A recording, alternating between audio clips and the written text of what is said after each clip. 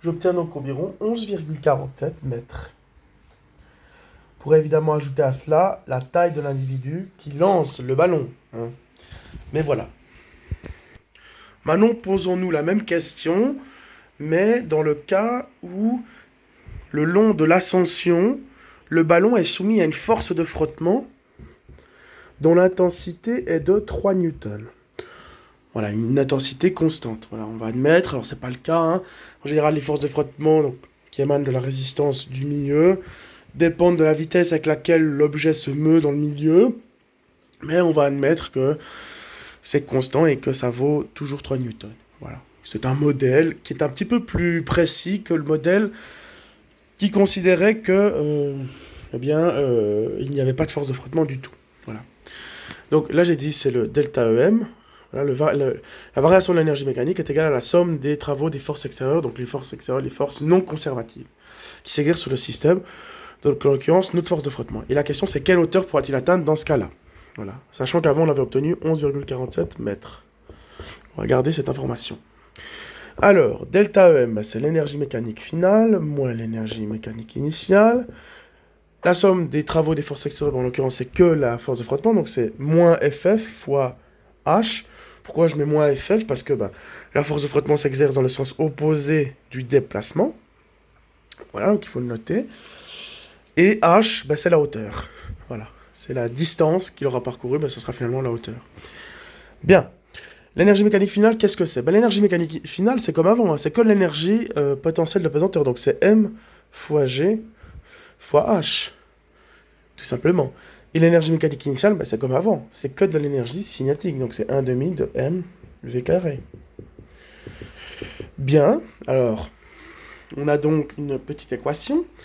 Le but est donc d'isoler H. Hein, comment est-ce qu'on va faire?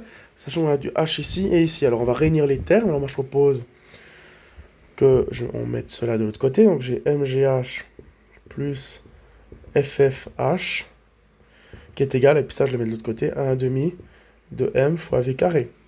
On voit que j'ai du H ici et ici. Je vais donc pouvoir factoriser.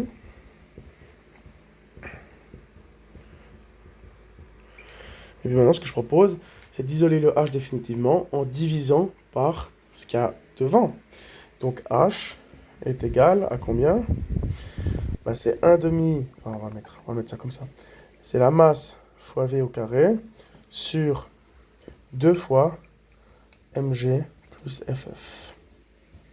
Bien. Alors maintenant je propose une petite application numérique.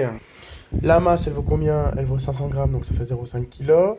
La vitesse initiale c'est 15 mètres par seconde, donc c'est 15 au carré.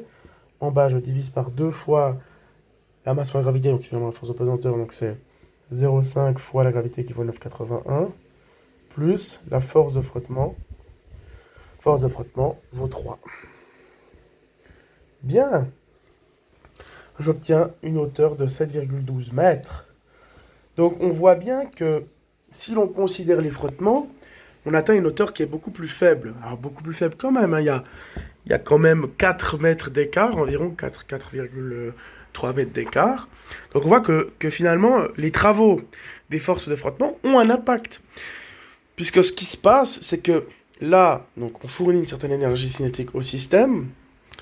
Et cette énergie cinétique, ce qui va se passer, c'est qu'au fur et à mesure, elle va être convertie en énergie potentielle. Mais, contrairement à la situation numéro 1 que l'on a abordée, où il n'y a pas de force de frottement, l'énergie cinétique n'est pas totalement convertie en énergie potentielle.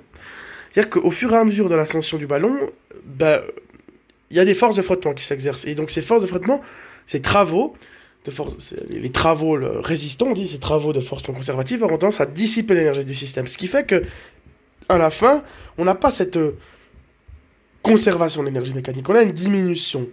Voilà. Ce qui fait que l'énergie cinétique n'est pas totalement transmise en énergie potentielle. Voilà. Donc 7,12 mètres et 11,47, c'est la comparaison qu'on a effectuée. Donc on voit que les forces de frottement ont un impact quand même assez important.